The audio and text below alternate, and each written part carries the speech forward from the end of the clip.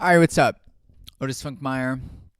I want to try something new, which is something that I think I've talked about doing for quite some time, but it's a Q&A. I don't know how this is going to go, if you guys are going to enjoy this or not, or if this is going to be, we'll see. We'll see.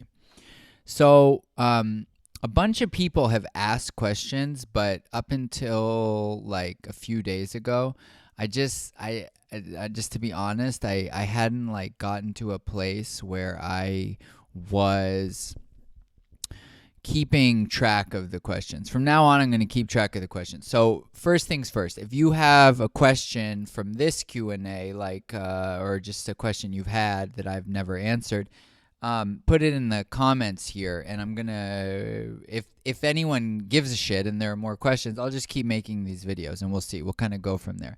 This is kind of just an experiment of another direction because I've gotten enough requests, enough questions. Hey, you should make Q&A, da da da da da, that I figure I'll at least give it a shot. So I just have two questions at the moment. The first one, I thought I was just going to have one, and we'll start with that, and it's probably the longest. Actually, let's start with the second one first. This is from Boyan Anakiev. What's up, Boyan? And Boyan says, you're great. What videos do you recommend? Should I start watching first? If I'm just getting into popping, let me know. I actually honestly think at this point, I'm so happy to say this, that you should watch my Tabot method videos. I actually think that's the first thing someone should learn. It's kind of messed up because it's like, really? Some technical thing?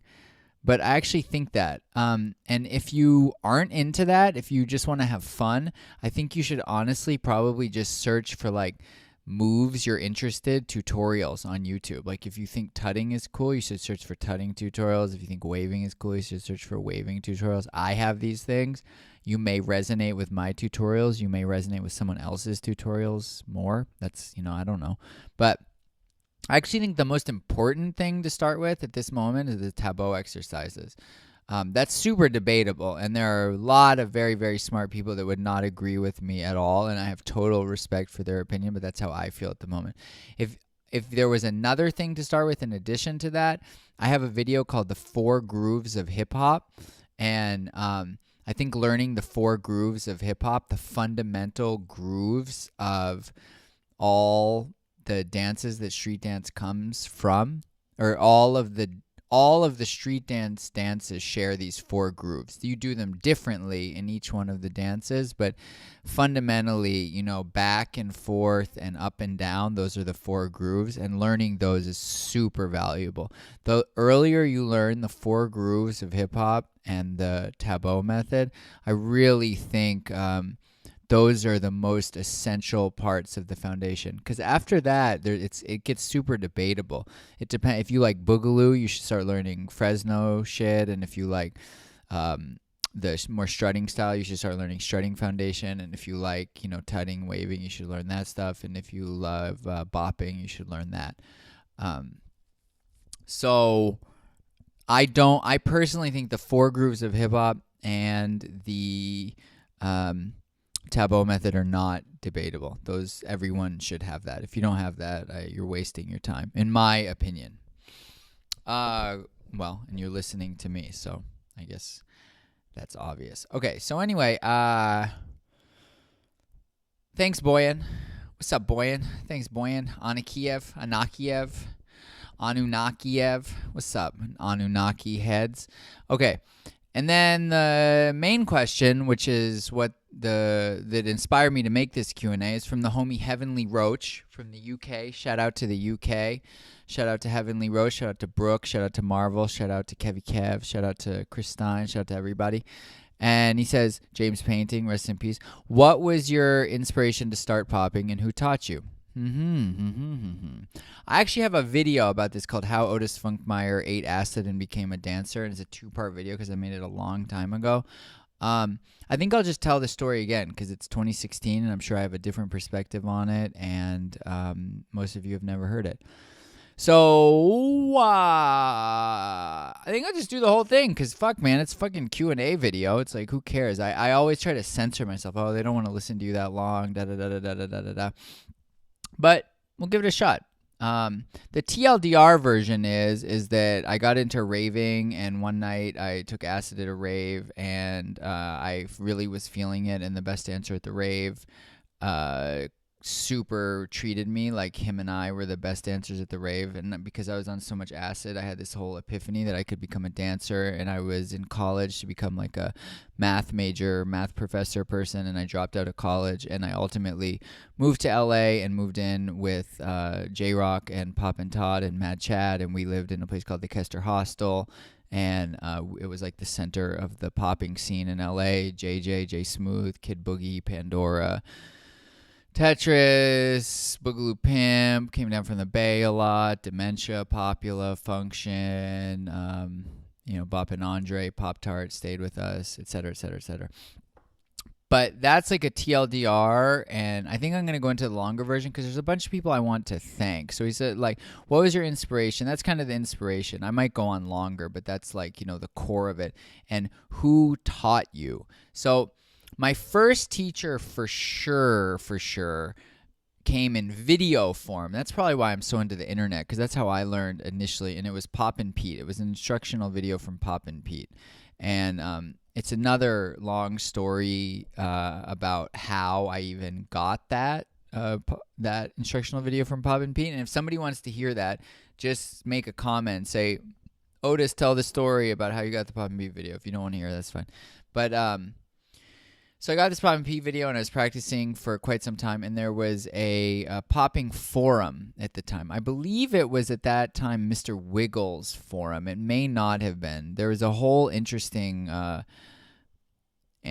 anthropological, sociological, historical survey one could do about the growth of popping through the internet, starting with an email list by a guy named X Ebola, and then going to Space Capitals, bboy.com, and then going to the Mr. Wiggles forum.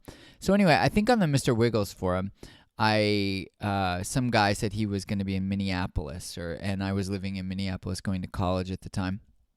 And this guy turned out to be Fawn, and Fawn is like the godfather of the Montreal popping scene. He's like the teacher of Jérôme and Jean-Francois and Monster Pop, and Jean-Francois is the guy that brought in Venom, and Venom brought in Green Tech. I mean, some of these, once you get to Green Tech, I don't know the Montreal history as well, because I was only there at the beginning, and then by the time the middle came around, I got like, that was about the time I got less into popping after the Sugar Pop and Todd conflagration. And so I don't know the sort of middle history of Montreal. But my teacher, Fawn, was an American guy, super interesting guy, biracial guy. His dad was a law professor who had these institutes on race and poverty. And Fawn had lived all over the country and the world, it felt like. And he had gone to McGill University in Montreal, and he's an American guy, and he spoke French and Italian. Very interesting guy. I have to just keep repeating. And we met off the internet. I kept pestering him. I'm like, come on, man, meet me. And we finally met, and we were like super best friends for some period of time. And he knew a lot about popping. Like, he was into it, and he had been to B-Boy Summit 2000, which is where Waleed won, and Sweepy was there, and Motion Sickness, and that's kind of 2000, I feel like, is the beginning of the new school era. That's when the Electric Boogaloos reemerged onto the scene, and sort of took over the scene, and so I had that instructional video, and then Fawn, was basically like, dude, you're not very good, but it's good that you practice that instructional video so much. Here, let me teach you. And Fawn taught me a lot. Like, Fawn is probably my main number one teacher, I have to say. And then Fawn led me in some ways to, that's what, so Fawn and I went to B-Boy Summit 2002. which is the year that Aki won in the finals against Sally Sly. That was the first time Aki showed up in America. That was the first time Guchan showed up in America. So I saw all these people. I saw Frantic. Frantic got eliminated, but he was dope back then. And saw Bop and Andre. That was like my first like whoa popping, and a lot of my friends were there, like the people who became my friends. Tetris was there, I met him. Jay Smooth was there, I met him. J Rock was there, I met him. Popula was there, I met him. Wave-O-Matic was there, you're getting the impression, I met him.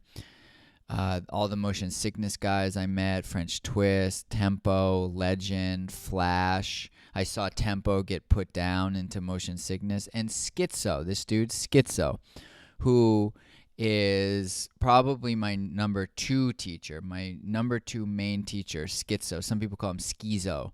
And he is from Phoenix, Arizona. Sergio Paez, much love to you. I miss you. I hope to get back out to Phoenix ASAP to continue my training. It's been too long. So him and his boy, Straight Up Steve. What up, Straight Up Steve? Another major homie. They, Fawn and I had a hotel in downtown LA. And funny enough, this is just weird trivia. It was on 9th and Olive, which is now where Slim Boogie teaches his popping class. It's like it's the parking lot where I take class from Slim Boogie is the parking lot of a hotel where I stayed the first time I ever came to LA in 2002 with Fawn.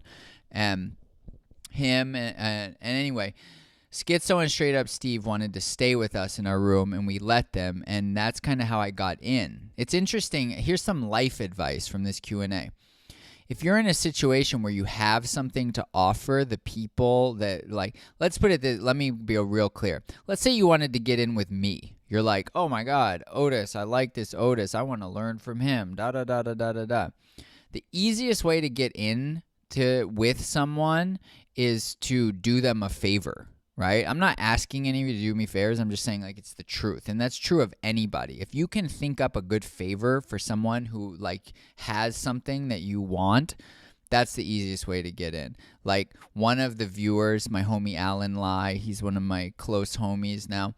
He just wrote me and he's like, hey, man, I see your website. I'd love to help you with your website. I live in LA too. And now we hang out all the time and work on the website. And it's super awesome. And so it's like, I'm sure for him it was cool because he watched the videos and, you know, and then it's like, dude, he's in and now, you know, he knows all the people in LA and he's just one of the poppers. So it was like, it's super easy to get in with people if you're willing to do stuff for them. So long story short, we had a room and Schizo, who was like Motion Sickness crew, like, whoa, dude, we got a member at Motion Sickness staying with us. That's how I felt. I don't know if Fawn felt that way. Stayed with us in a room and we got super in with them. And then the next thing I know, I'm riding around in a car with Legend and French Twist and Popzilla and Tempo and everybody. And it's like, whoa, I'm in. Like, I'm in the scene just like that. Anyway, I learned a ton from Schizo about Electric Boogaloo style, about popping foundation. Schizo was one of the very first students in the United States of the Electric Boogaloos, because the very first time the Boogaloos came back, as far as I know, to the States, dude, I'm giving you guys some serious history right now of like new school history. So there's this event in Phoenix, Arizona. The finals were between my homie, Mr. Sandman, who's a guy from Minneapolis, Adam Garcia. He's now a designer for Nike, and he freelances and shit. He's a sick designer. You should Google him. He's like a crazy good graphic designer and product designer, and he is a dope popper. He was actually the first member or second member of ABM with J-Rock, but then he kind of went off and did other things. Anyway, Sandman went to Phoenix, and he battled this dude, Kenny. Kenny is also one of the sickest dudes from back then. He had crazy, crazy footwork and floats and glides, and he was kind of like this cripped out, like, black dude, cornrows and everything from Phoenix. I remember when I met him, I started asking him, like, what do you train? Da-da-da. And he was like, bro, he was like hitting a blunt or something, and he's like, dude, I don't know who this fucking nerd is. Like, I don't train. I just like pop. I don't know what you're talking about. And I was like, oh my God, I'm such a nerd. I just remember that very clearly. And he was cool. He was like, he's one of these stylish little G'd out dudes. Anyway, that contest in, I believe, 99 was the first reemergence of the Electric Boogaloo. Some of you may have seen this footage. It has everybody. It has Taco, it has Skeet and Pete and Wiggles. For some reason, I don't feel like Sugar Pop is there, and Sam. And they're wearing these checkerboard diamond sweaters, like sweater vests. It's like sweater vest style, and hush puppies and everything. And that was thrown by this dude, Storm, who's another homie of mine that I met through Schizo. And he was like this super hipstery. He's like hipster before there was such a thing as hipster. He was kind of like a Quentin Tarantino style hipster. And he had this hip-hop shop in Phoenix, and he was super into like what was actually cool. And so he brought the Electric Boogaloos to perform and judge this contest. So Schizo got to hang out with the Electric Boogaloos in 99 a lot. And from our generation, he was one of the very first. And that is how, because he was in Motion Sickness, and that's how Motion Sickness linked up with the Electric Boogaloos and started really training with them. And as far as I know, they were the first real group to really train with Electric Boogaloo's from my generation. And then there was J-Rock, as far as I know, and ABM, and Sweepy, and et cetera, et cetera, et cetera.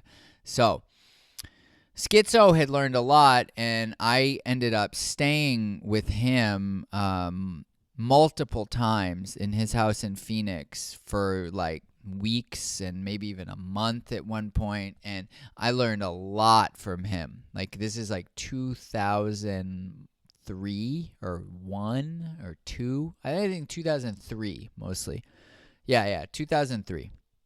So, he is a main teacher of mine. And then after that, it's the Boogaloos for sure. It's Poppin' Pete. I had a job in Minneapolis in 2001, and I used to fly. I would like on weekends fly to these cities. If you ask Poppin' Pete, you ask him, did Otis fly around to all these different places you were going to be and take your classes? He'd be like, yes. Otis absolutely did that. I remember that because Pete and Skeet used to be like, damn, dude, there you are again. Da-da-da-da-da. I'm a very obsessive person, and when I'm really into something, I'm really into something. And I'm really into popping, as I think you guys can tell. So I think that's probably pretty much enough. Those are the people that I mainly learned from. But I've really learned from a lot of people, I have to say. Like, formally. Like, as I said, Bop and Andre, I've learned a lot from him. I haven't really applied it, but I've learned a lot. I've actually learned more about life from Bop and Andre than I have about dancing. And I think a lot of people who know Bop and Andre would attest to that there's a similarity of experience with that. I've learned a lot from Taboo. I've learned a lot from J-Rock. I've learned a lot from Pop and Todd. I've learned a lot from Tim, Animatronics. I've learned a lot from Ace, Josh Ventura.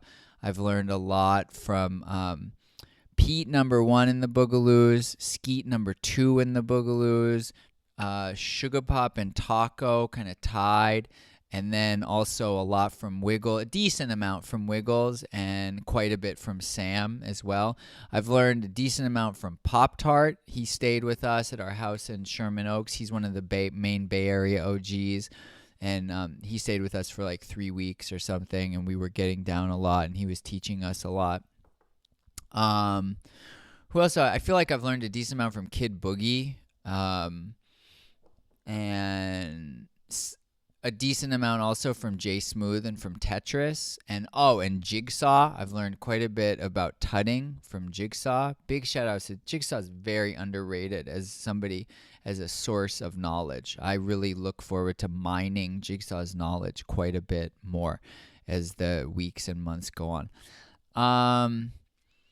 And you know, my inspiration was, I just had this epiphany when I was on acid that at that time. And I've probably done acid like 10 or 20 times in my life, and the last time was like 8 years ago. So just so you know, I mean, this was like a phase of my life. A lot of my generation has similar stories to me in regards to drugs, because we were ravers, right?